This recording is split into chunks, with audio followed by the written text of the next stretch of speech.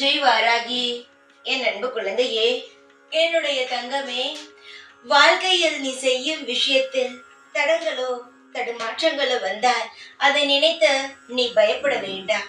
ஏன் தெரியுமா அப்படி சொல்கிறேன்? வாழ்க்கையில் நீ செய்யும் விஷயத்தில் தடங்களும் தடுமாற்றங்களும் வரும் பொழுது தெய்வங்கள் உன்னை சோதிக்கும். நான் எவ்வளவு தடங்கள் கொடுத்தாலும், எவ்வளவு சோதனைகள் கொடுத்தாலும், நீ அந்த விஷயத்தில் கண்ணும் கருத்துமாக தொடர்ந்து செய்கிறாயா என்று புரிகிறதா? நிச்சயமாக சொல்கிறேன், அதற்காகத்தான் இருக்கும். ஆனால் நீ என்ன தெரியுமா நினைக்கிறாய்? இது தடங்கல்கள், இது தெய்வம் செய்யக்கூடாது என்று சொல்லிவிட்டது. நான் செய்ய மாட்டேன் என்று பாதி கடல் தாண்டினாலும் அப்படியே திரும்பி வந்து விடுகிறாய்.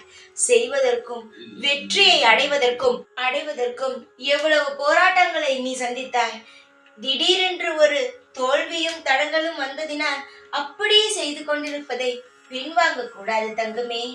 எதுவாக இருந்தாலும் சற்று அமைதியாக யோசித்து செய்யலாமா வேண்டாமா என்று முடிவெடுத்த பிறகு அதை பற்றி செய்யலாமா வேண்டாமா என்று முடிவெடுக்க வேண்டாம்.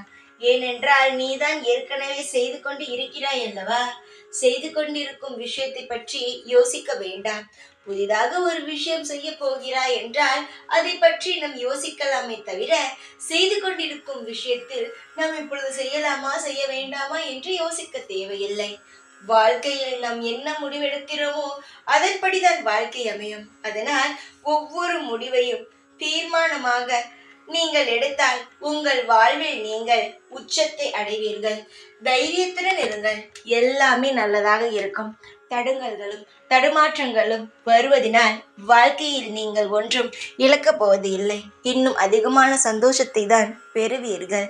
உங்கள் உழைப்பினாலும் உங்கள் தன்னம்பிக்கையினாலும் நீங்கள் இன்னும் மேலும் மேலும் வருவீர்கள். எதையும் கண்டு அஞ்சாமல் சந்தோஷமாக இருங்கள். உங்களுக்காகவே நான் இருக்கிறேன். ஜெய் வாராகி.